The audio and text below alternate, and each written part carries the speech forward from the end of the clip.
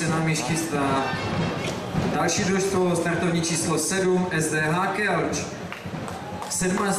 štafeta, 4. stovky, bez chyby na testech, to znamená 12 bodů pro Kelč.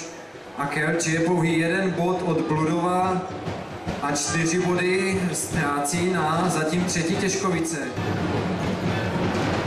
No a já tedy dokončím myšlenku. Kelč tedy má v případě dobrého útoku reálnou možnost ještě postoupit na medailové pozice.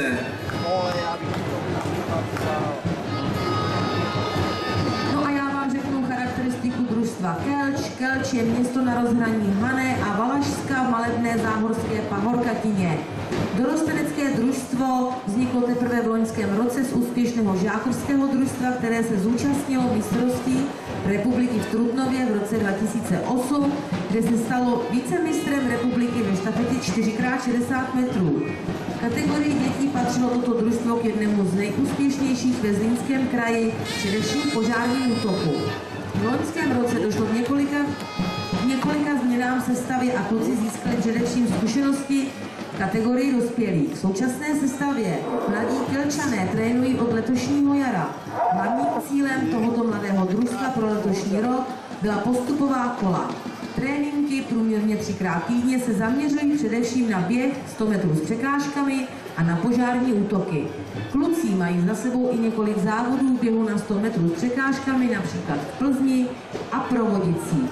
Zúčastnili se také některých lig v požárním útoku, například v Setínské, Zlínské. Za svůj zatím největší úspěch považují závodníci postup na mistrovství České republiky a nádherný závod na krajském kole v Uherském Brodě, kde si mnozí z nich zaběhli osobní rekordy v běhu na 100 metrů s překážkami a překonali hranici 60 sekund ve štafetě 4x100 metrů. Sestava jmenovitě Lukáš Vala, Luboš Kopřiva, Tomáš Foukal, Jakub Těšický, Radek Greš, Jakub Plesník, Aleš Staša a Jiří Cimer.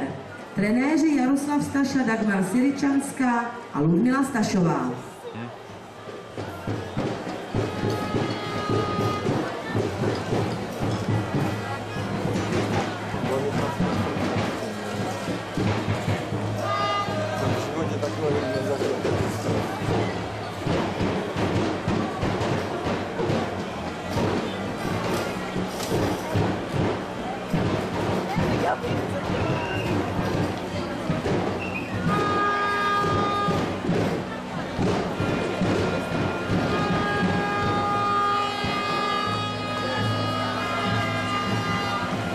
A máme odstartováno a dorostenci z Kelče jsou na trati.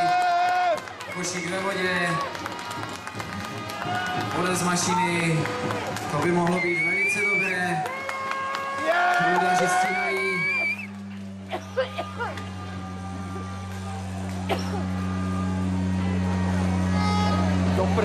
Takže voda 22 z proudu.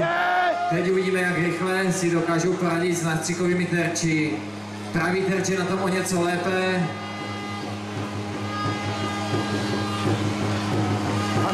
Levý se ovšem ještě trápí. Nyní už se střiknuto 38-13.